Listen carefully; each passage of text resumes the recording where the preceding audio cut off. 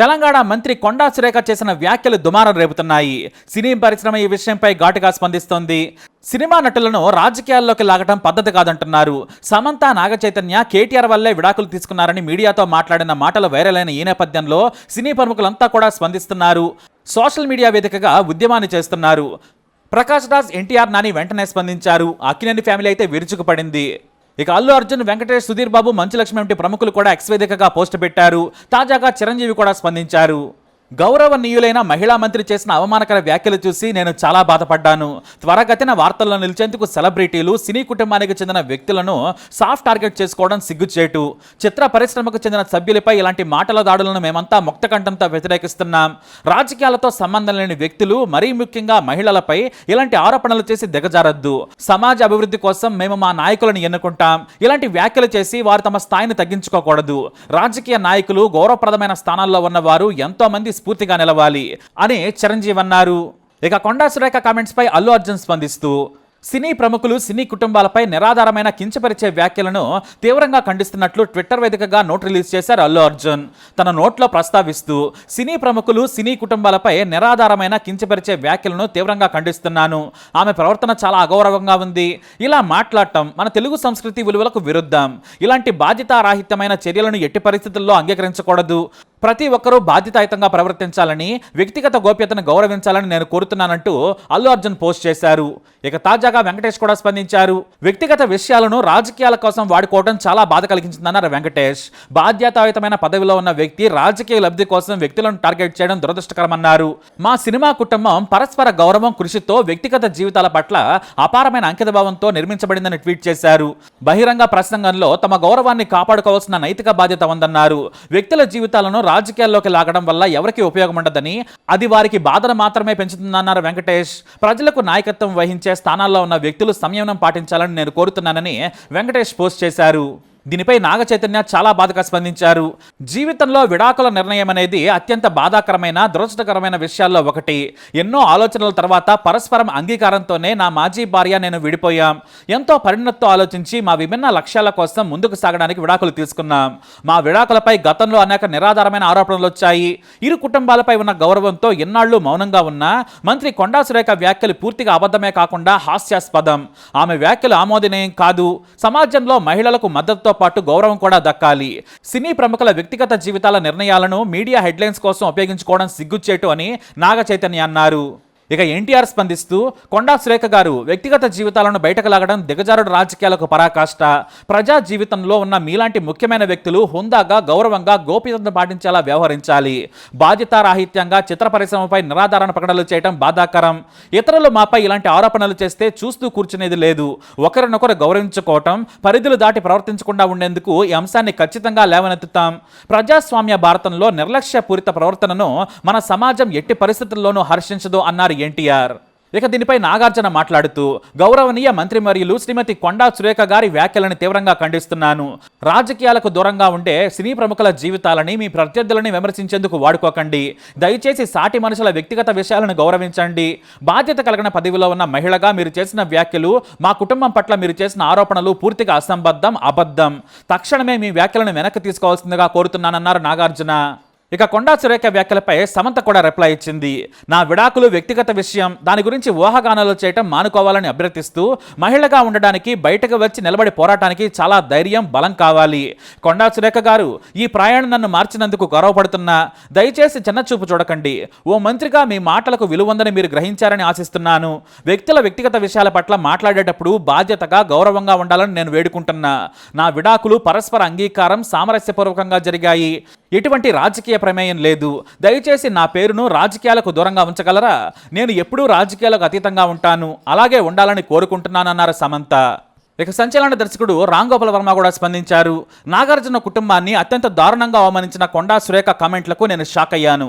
ఆమె తన రాజకీయ ప్రత్యర్థి మీద పగ తీర్చుకునే క్రమంలో అత్యంత గౌరవప్రదమైన నాగార్జున కుటుంబాన్ని లాగటం ఏమాత్రం సహించకూడదు అన్నారు రామ్ గోపాల్ వర్మ. ఇక సుధీర్ బాబు కూడా స్పందిస్తూ మంత్రి కొండా సురేఖ గారు మీ అమర్యాదకర స్త్రీ ద్వేషపూరిత వ్యాఖ్యలు భయంకరంగా ఉన్నాయి. స్త్రీ ప్రముఖులను రాజకీయ పౌలుగా వాడుకోవటం మీ బుద్ధిని తెలియజేస్తోంది.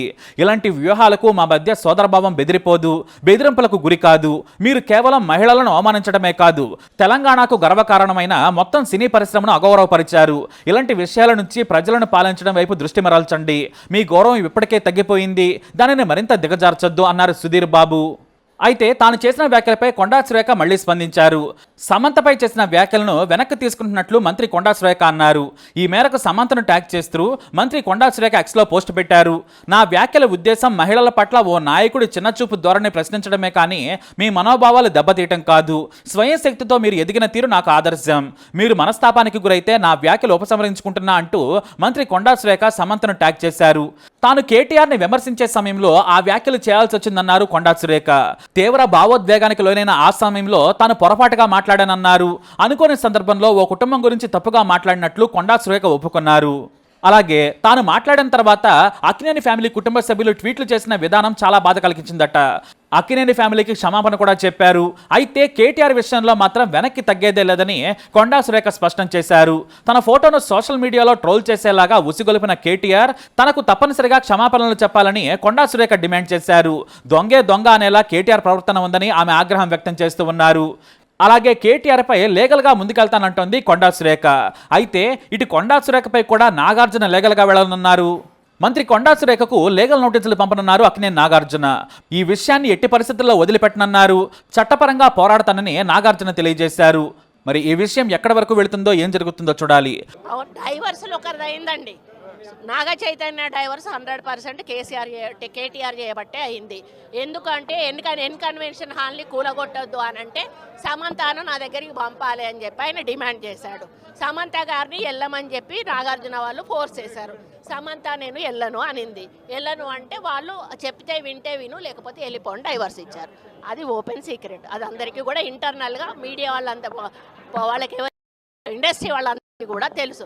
ఈరోజు సమంత జీవితం అన్యాయం కావడానికి 100% కేటీఆరే కారణం. అదేవిధంగా 2-3 హీరోయిన్లు పెళ్ళిళ్ళు కూడా చేసేసుకున్నారు. ఎందుకు అన్నట్టు ఈ డ్రగ్స్ కేసు రాగానే ఈరోజు మీకు తెలుసు రకుల్ ప్రీత్ సింగ్ ఆల్రెడీ బయట ఆమె పెళ్లి చేసేసుకుందా. ఇంకొకరిద్దరు హీరోయిన్స్ కూడా గబగబా పెళ్ళిళ్ళు చేసేసుకున్నారు. ఈ తలకాయ నొప్పి మాకేంద్ర బాబు, మేము ఇందులో ఇరుక్కుంటాము.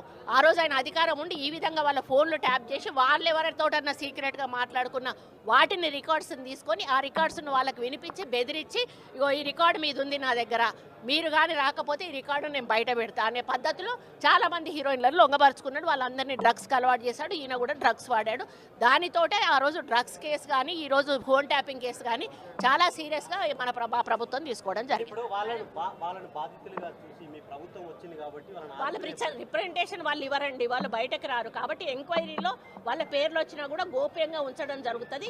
ఎవరైతే విక్టిమ్ ఉన్నారో వాళ్ళ మీద సీరియస్గా యాక్షన్ తీసుకుంటారు. నేను నిన్న గాంధీ భవన్లో మాట్లాడేటప్పుడు మరి కేటీఆర్ గారు క్యారెక్టర్ గురించి, మరి వారి గతంలో వారు చేసినటువంటి కార్యక్రమాల గురించి, మహిళల మీద వారికి ఉన్నటువంటి మరి చులకన భావం గురించి మాట్లాడుతూ మరి ఆయన నన్ను రొచ్చగొట్టే విధంగా మాట్లాడినప్పుడు నేను భావోద్వేగానికి లోనై మరి కొన్ని ఆయన మీద నేను విమర్శలు చేయాల్సిన అవసరం వచ్చింది. ఆ సందర్భంలో నాకు ఇంకెవరి మీద కూడా వ్యక్తిగత ద్వేషం కానీ మరి వ్యక్తిగత కోపం కానీ లేదు. అనుకోని ఆ సందర్భంలో ఒక కుటుంబం మాట నేను తీయడం ఏదైతే ఉందో అది అనుకోకుండా నా నోటి నుంచి జరగడం జరిగింది. ఆ తర్వాత వారి ట్వీట్ చూసిన తర్వాత నేను కూడా చాలా బాధపడ్డాను. ఎందుకంటే ఏ విషయంలో నేనైతే బాధపడతా ఉన్నానో ఆ విషయంలో నేను ఇంకొకరిని నొప్పించాను అని తెలిసి రాత్రి వెంటనే మరి దాన్ని వెనక్కి తీసుకుంటూ నేను ట్వీట్ చేయడం జరిగింది. కాబట్టి నాకు జరిగిన అవమానం, నేను పడ్డ బాధ ఇంకొకరు పడకూడదు అనేటువంటి ఒక ఆలోచనతోటి నేను బేషరతుగా దాన్ని వెనక్కి తీసుకోవడం జరిగింది. కానీ కేటీఆర్ విషయంలో మాత్రం తగ్గేది లేదు. ఆయన తప్పనిసరిగా క్షమాపణ చెప్పాల్సిన అవసరం ఉంది. ఆయనే చేసేదంతా చేసి ఈరోజు నన్ను క్షమాపణ చెప్పాలి అని డిమాండ్ చేయడం ఏదైతే ఉందో మరి దొంగ అని తనే దొంగ అని అరిచినట్టుగా ఉంది. ఆ విషయంలో మాత్రం ఎట్టి పరిస్థితుల్లో కూడా వెనక్కి తగ్గేది లేదు.